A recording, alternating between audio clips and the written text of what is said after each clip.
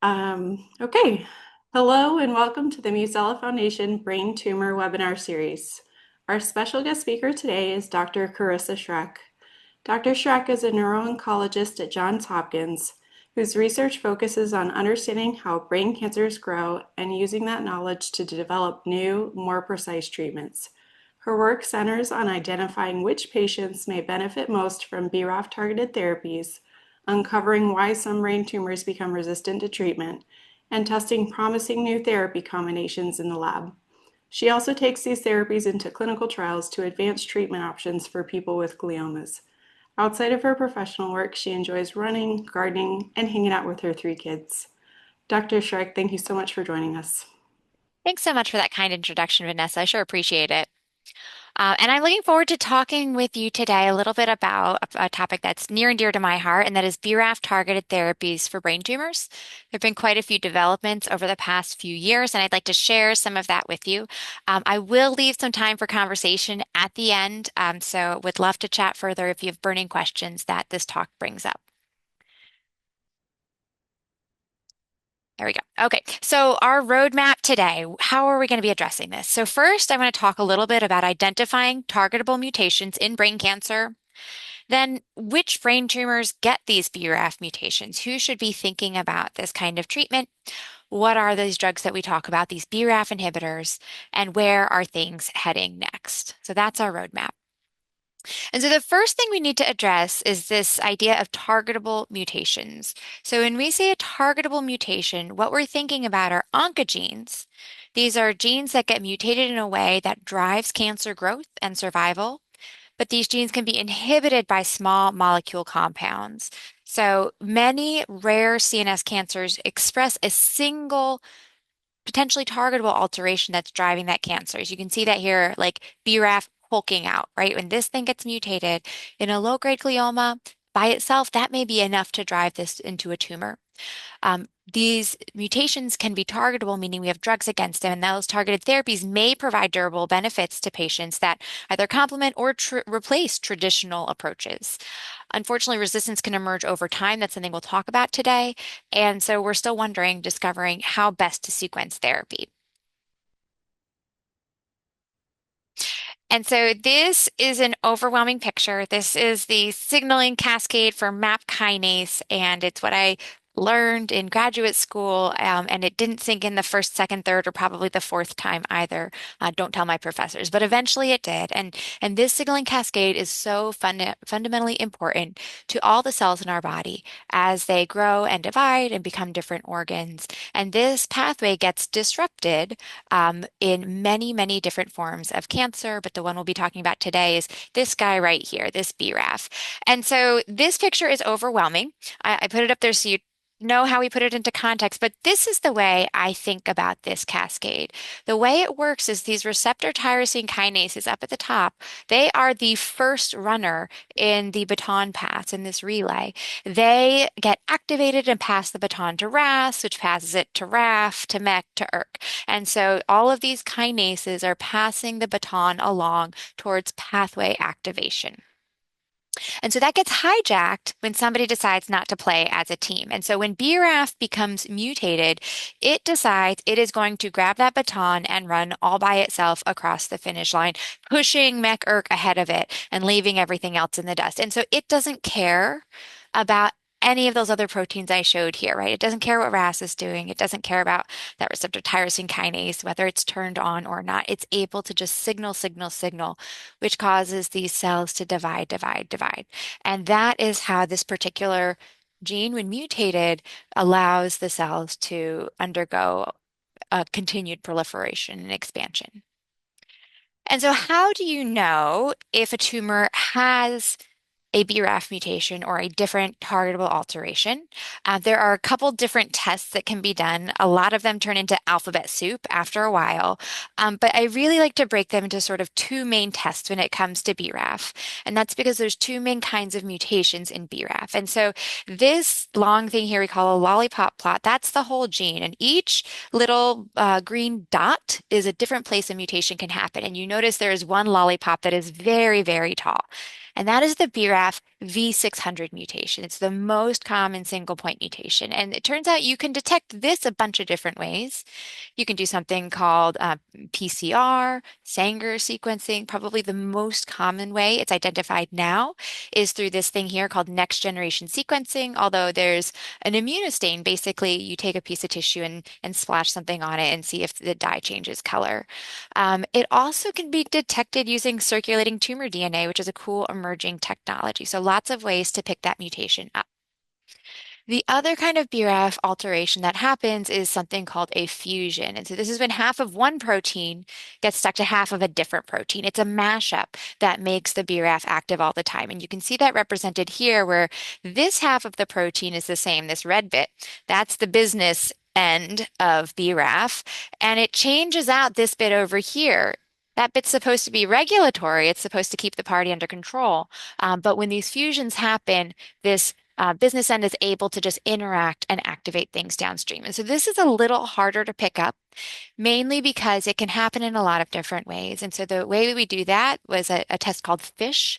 For a very long time, we've been using that. And more recently, some of these next generation sequencing panels will pick it up using RNA sequencing or DNA probe-based assays. And so it's becoming more routine, but is not quite as universal as some of the ways to pick up the point mutations.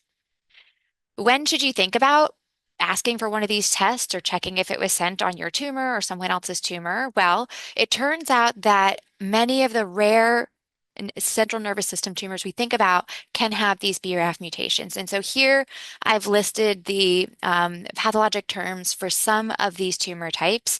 This is not an all-encompassing list. So you will notice that glioblastoma is not on this list, even though 3 out of 100 people with glioblastoma can have a BRAF alteration. And so there are other primary brain tumors that can develop these alterations. They just tend to be enriched for a little bit more in some of these tumors. I will also point out some of these tumors are hard to pronounce and hard to keep straight. That's because the nomenclature has gotten really complicated over time. And so if you're not sure, you can always sort of Google whatever the tumor is you're interested in, BRAF question mark, and see what you get there. One of the ways I like to think about this is a little bit more globally, more broadly than these very narrow definitions of histopathologic glioma subgroups. And so there's sort of a broad class for pediatric low-grade gliomas. These are tumors that are slowly growing gliomas and occur in what we consider the pediatric patients. And so this cohort has sort of been expanding. Originally, maybe we thought of the pediatric low-grade glioma as occurring in people up to age 18, but we now realize that tumors that fit this description can actually occur in people, we're saying up to 39. So that covers some adults as well, as you can imagine. And when there was a large study done, researchers looked at 1,000 pediatric low-grade gliomas in children. And what they found is that a huge slice of the pie, about a third of them, had these BRAF fusions. Another big wedge of pie had these BRAF V600 mutations. And then there were some other mutations, many of them in that same baton passing relay that I showed you earlier that occur. And so this is a disease subgroup that almost universally is driven by mutations and activation in that MAP kinase signaling pathway. And so another way I think about it is this here. So this is showing for each of these buckets of tumors, right? Pediatric low grade, pediatric high grade, adult low grade, adult high grade gliomas or astrocytomas, about what proportion are going to have one of these BRAF mutations. And you can see in that pediatric low-grade glioma, it's most of them.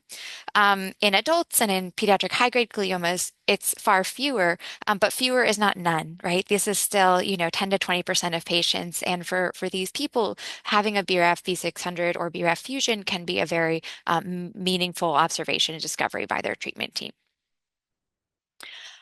One more slide about BRAF mutations and how they occur across the lifespan. We know a lot about that pediatric group that I showed you before, but we know a little bit less about adult gliomas that have BRAF mutations.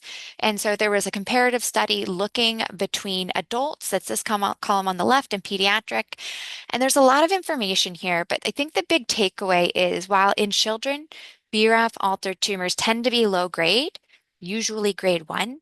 In adults, this group here, they tend to be high grade, usually grade 4. usually glioblastoma. And they tend to have these class 1 mutations, that's the BRAF V600E, as well as some other mutations. They less commonly have the rearrangements, that's the orange column here. And this is important because it turns out that having these different BRAF alterations means it's probably associated with a tumor that was discovered at a different period in life or with a different grade, and that is correlates with a different response to therapy and a different lifespan with these tumors. So it's something very important for treatment teams to take into account as they're thinking about how best to consider treatment for people who have these tumors. And so this has become really exciting recently because there have been several therapeutic advances for people with BRAF altered tumors. And so this is a long timeline here. It goes back to 2008. And I actually remember being in medical school when this paper came out. And this image was sort of burned in my brain because this is a person with metastatic melanoma. And so you're sort of looking at them face on, and you can see the brain up here, it's bright, but you see all these dark gray dots. Those are all areas where this person's melanoma had spread throughout their body. And that melanoma had a BRAF V600 mutation. They went on this targeted therapy, and you can see that all those dots melted away. And so this was truly remarkable. We didn't have treatments like that for people with advanced melanoma back then. And so based on a big clinical study that was done on which this patient was treated, the FDA approved the first BRAF V600 inhibitor, vemurafenib, for melanoma. And that was followed soon after by a different drug combination, dabrafenib and trametinib. And that's when we learned as a field that if you put two of these medicines together that sort of hit two of those runners, right? The BRAF one and the one that comes after it that he was pushing along, you actually get more durable disease responses in diseases like melanoma, where this was really pioneered to begin with. And so that combination was approved.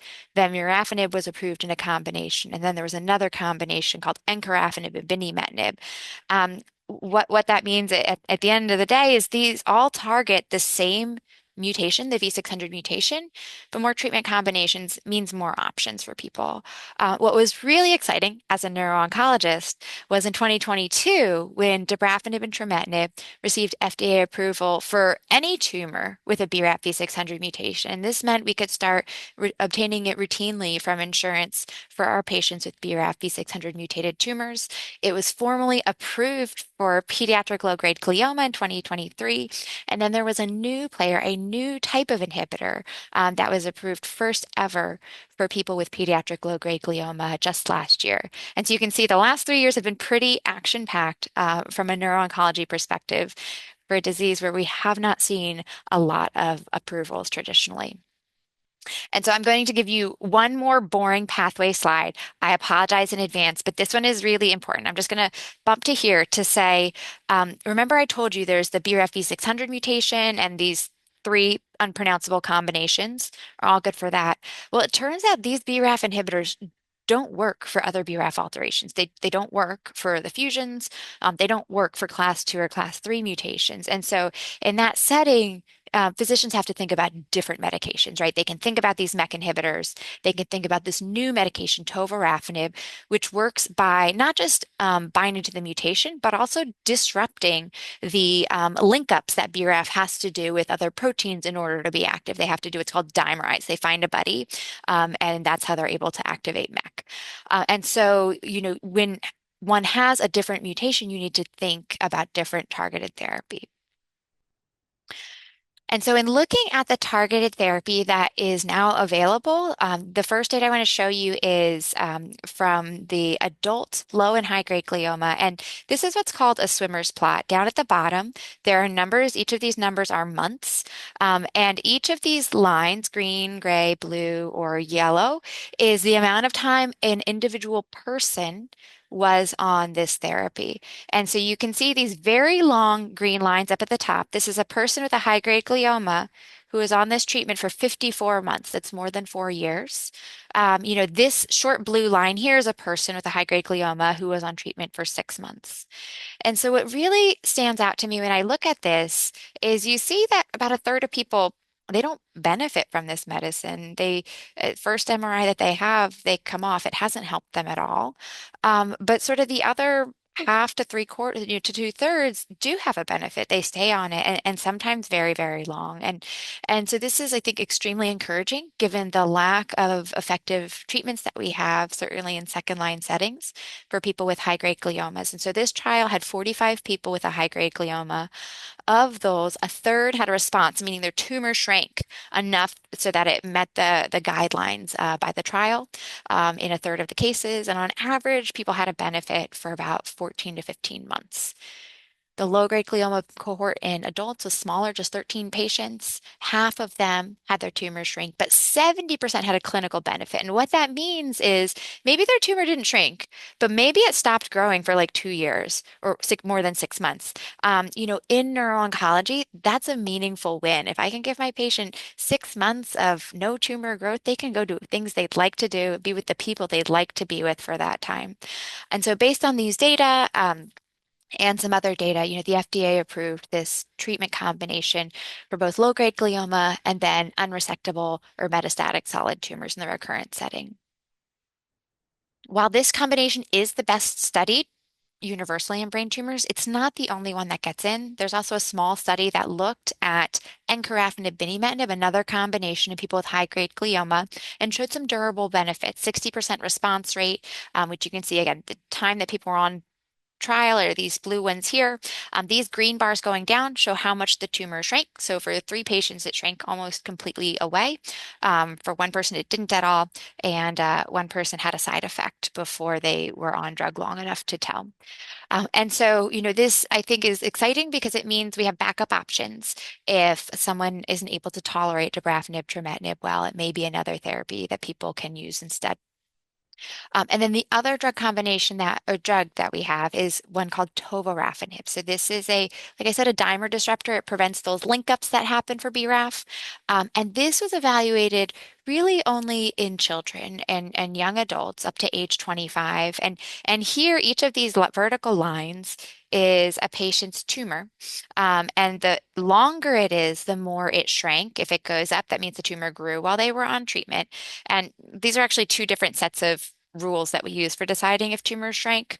I think what's really interesting about this is that the majority of patients had their tumors shrink, some for very long periods of time while on treatment. And so only 77 children and young adults were treated as part of this study with drug, but they saw response rates of 50 to 70%, depending on how you measured these things. And they saw the benefit lasted, durably for a year or longer. And one of the really cool things is that this drug was helpful in children whose tumors had progressed on prior BRAF inhibitors, suggesting that maybe we can layer one line of treatment after another. And so this is also FDA approved for children and anyone actually aged 6 months or older with a BRAF alteration in a low-grade glioma. And so, we sort of have two main options here now in the targeted therapy space. There's tovorafenib here, and then the combination dabrafenib trametinib. Again, there are some other things. There are things in the pipeline in clinical trials like plixorafenib, but these are the two FDA-approved options you're going to be seeing and reading about the most and talking with your clinicians about. They're actually given in very, very different ways. So I kind of wanted to show this just to highlight that tovorafenib is given once a week with or without food. Dabrafenib and trametinib is given twice daily. You have to be fasting. They may have relaxed. No, you do have to be fasting. One of the meds used to be in the fridge all the time. Now it doesn't have to be, which makes that a little bit easier. Tovorafenib is approved for low-grade glioma that's grown back. Dabrafenib trametinib is approved for low-grade glioma, even if it hasn't been treated before, if the physician thinks it needs to be treated, and for low or high-grade glioma that's grown back after prior treatment. Both are approved for very young babies, even 6 months or 1 year. And again, like I talked about, they are slightly different mutations that they target.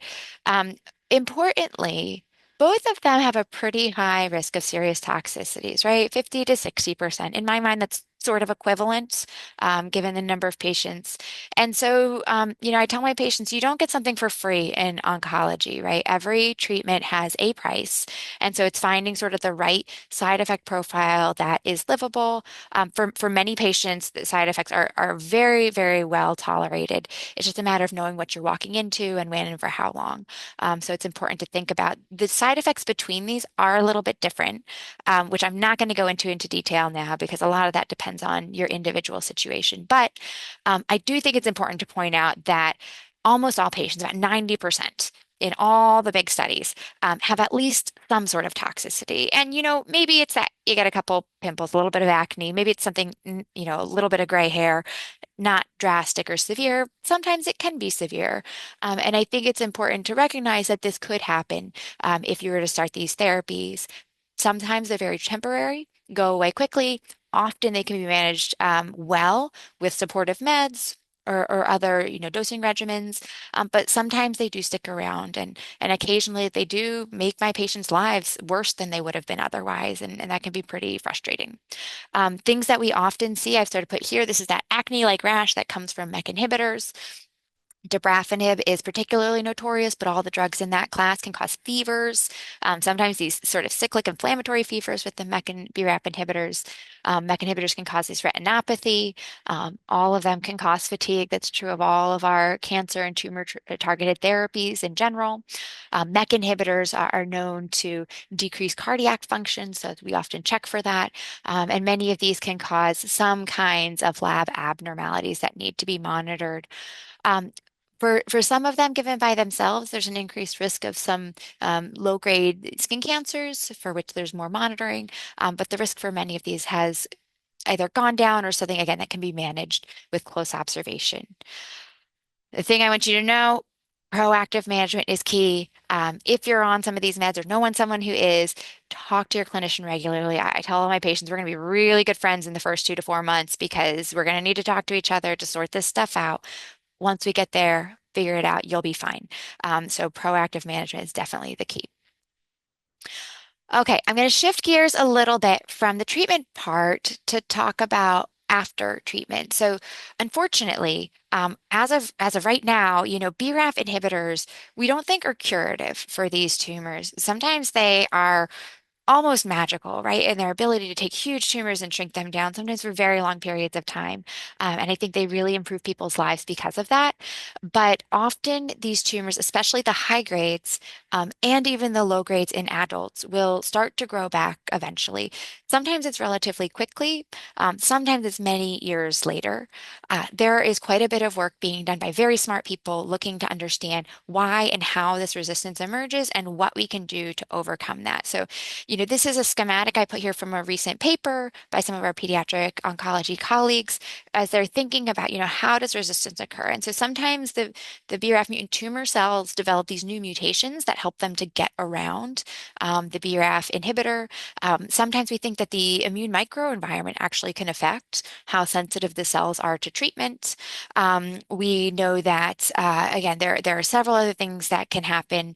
A few that are sort of coming down the pipeline, I think a little bit interesting. There's a clinical trial right now looking at autophagy inhibition. So this is basically when the cells will eat the drug and what it's bound to keep it from working. And so they're looking at preventing that from happening with this drug, it's an anti-malarial drug called hydroxychloroquine, along with dabrafenib, trametinib. And so I think we're all eagerly awaiting the results of that clinical trial.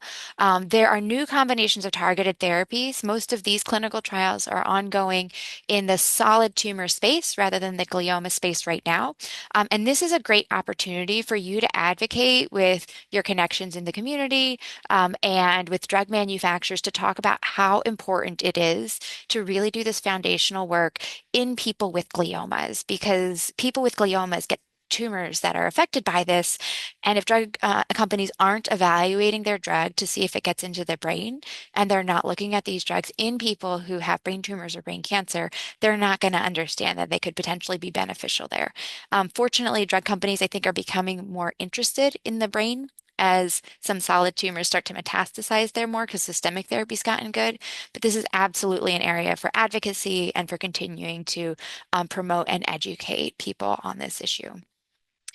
People are looking at integrating targeted therapy with immune therapy and how to sequence clinically available BRAF targeted therapies. So lots of questions that are still ongoing. I addressed some of these. Can we combine it with radiation? Should we use it immediately or at recurrence in someone with a high grade?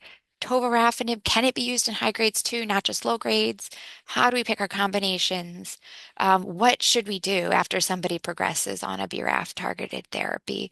These are questions I ask myself in clinic, my patients ask me, and that we think about and ask each other as professionals within the field because we don't have a good answer yet. There are ongoing studies. So um, this is just one example. This is a recent case series that we published. And in here, you can see this was a young man who received one BRAF inhibitor, plixorafenib, and then when his tumor progressed, went on to trametinib, and then got tovorafenib.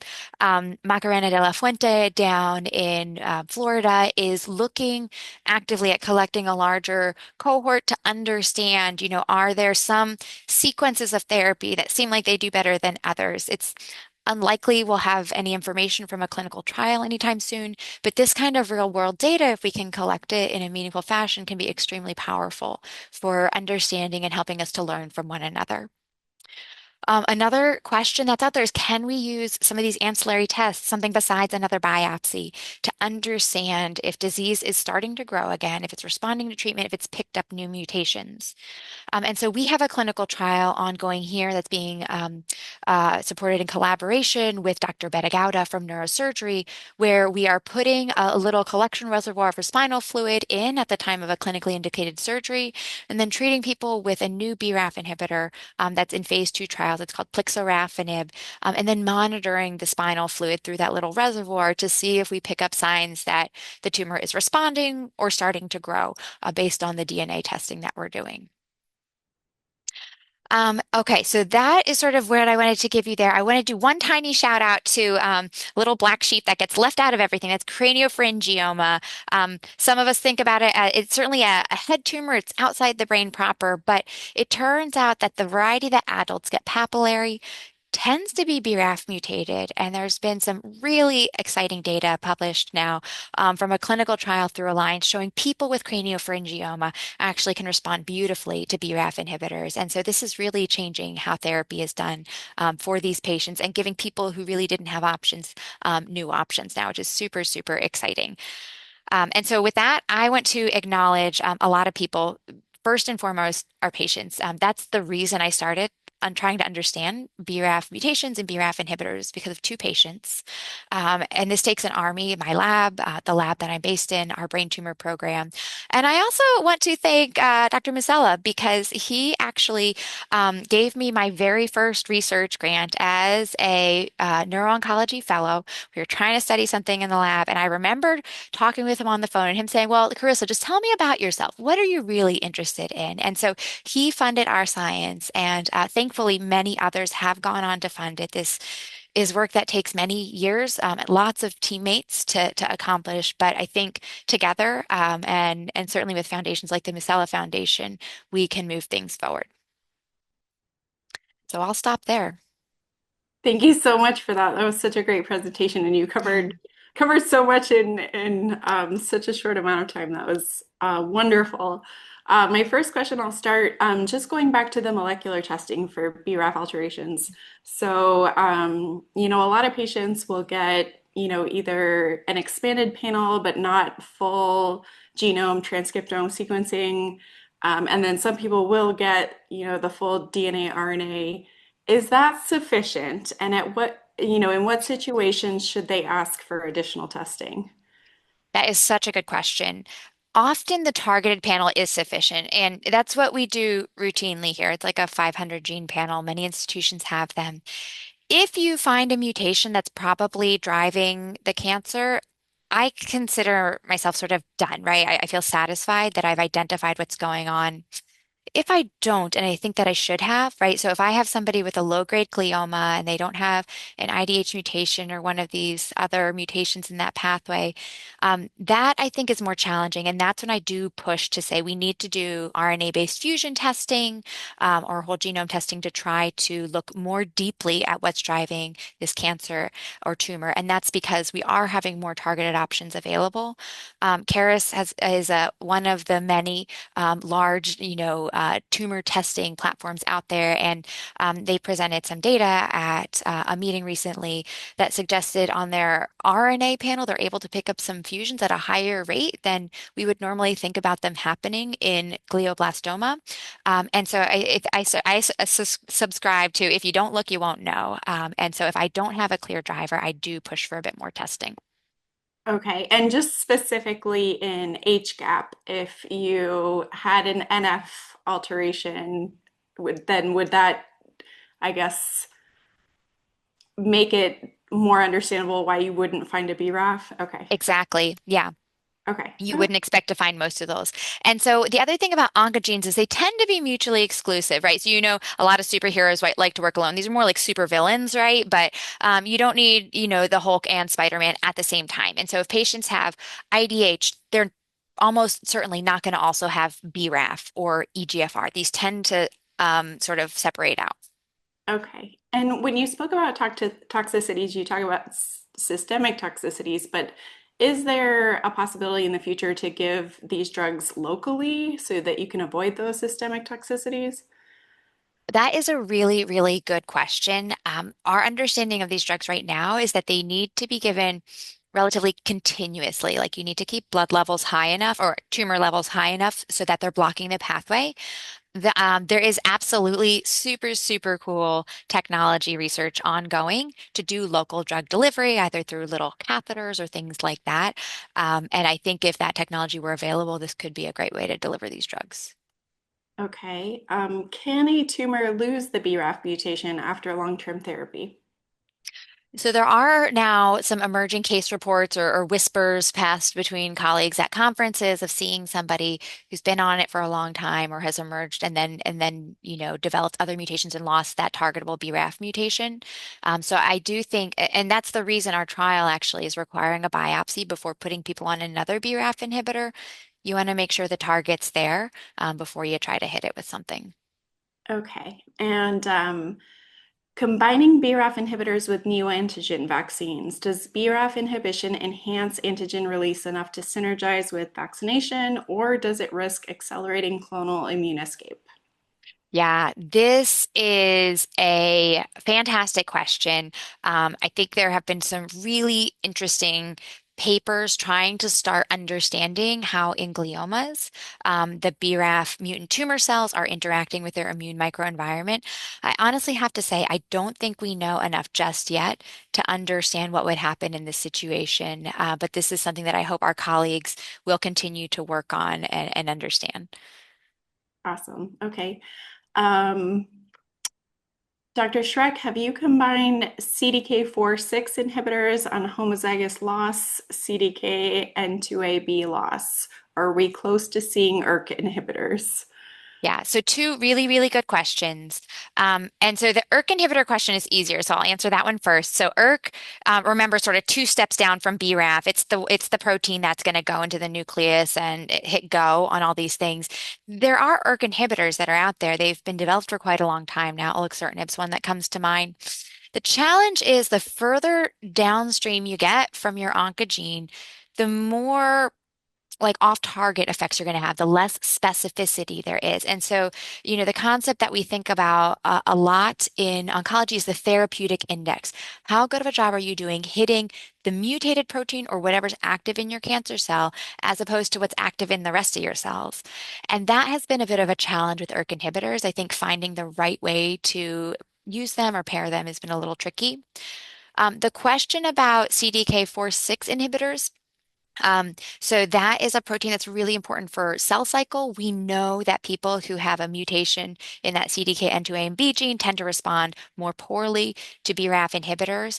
There's quite a bit of preclinical work that's been done in rare cancers like MPNST and glioma, looking at CDK4/6 inhibitors in combination with BRAF inhibitors. And I know this has been discussed for clinical trials.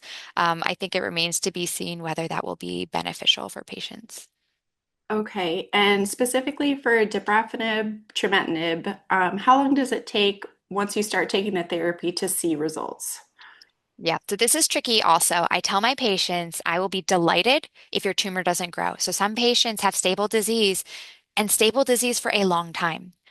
Others have their tumor melt, almost disappear in 2 to 4 weeks. I can remember one patient who had a huge tumor and it shrank so much that spinal fluid started leaking out because it had blocked that pathway. So you can see, very dramatic shrinkages. But even if you don't, it doesn't mean it's not working. Okay, so Oh, that's sort of the key there. okay. If you had a high-grade glioma patient who has failed on dabrafenib and trametinib, would you recommend them switching to one of the other BRAF inhibitors? Yeah, this is a really great question. We don't know the right answer now.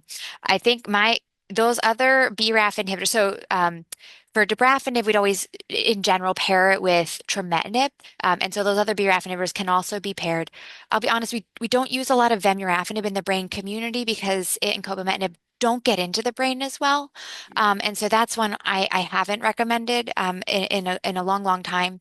I think one could consider encorafenib, binimetinib. I think one could consider tovorafenib, but you also have to ask, could the cancer have gotten resistant some other way? And so from other cancers like melanoma, we know that if the cancer gets around it, 80% of the time, it's something in that same pathway. And so that makes it a little bit more challenging to block well. So your options are to pick something different, go do something really different like radiation or chemo, or to try something that's going to block the pathway better. And right now, tovorafenib is the FDA approved drug that does that. With that said, I don't know if it will work in high-grade gliomas. It's not approved for high-grade gliomas. That would be an off-label indication. And so we really can't recommend that right now. Um, we've Okay. also seen a risk profile there that I think needs to be further fleshed out to understand how safe it is for people. Okay. And in your practice, have you adopted adjuvant therapy with BRAF inhibitors? And if so, how long do you continue it? Yeah. So this question, I think you're asking, like if somebody with a high grade is getting radiation, like the traditional therapy is radiation plus temozolomide, then 6 months of temozolomide. In these Mhm. high grades that have a BRAF mutation, if you're going to radiate them, do you give radiation plus temozolomide and then dabrafenib, trametinib after? Mhm. There is actually a clinical trial going on right now in the pediatric space doing exactly that. And so, we will learn whether that makes sense. Um, I am ambivalent about that personally. I don't know if starting dabrafenib trametinib right after finishing radiation is going to do a better job keeping these cells from growing, or when you start these targeted therapies, you get a certain amount of time, and if you blow it right after radiation, you might run out of your options sooner. I'm not sure. In general, I recommend waiting until disease progression, especially if somebody's MGMT methylated, and we think that temozolomide is going to be effective for them. Okay. Understood. I do have a question. We have someone with a patient from Europe, and they're asking about access to either tovorafenib or we know plixorafenib still in trials. So I don't know if European patients can get into those trials or are those two drugs, one approved, one still investigational, are those accessible to patients from Europe? Yeah, I don't have a good answer for you. I do know that the plixorafenib trial is international and they have, I believe, some sites in Europe, although I don't recall exactly where they are. That trial right now doesn't allow patients who have progressed on prior dabrafenib trametinib, but I believe they may be in the process of modifying that. So that may be different in the future. It's possible they'll develop an expanded access program. I'm not too familiar with how to get sort of compassionate use or expanded access for tovorafenib while we're in this awkward place where it's approved in some locations but not others.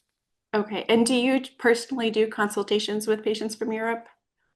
I don't right now. However, you're welcome to reach out to me and we can try to figure out how best to answer your question.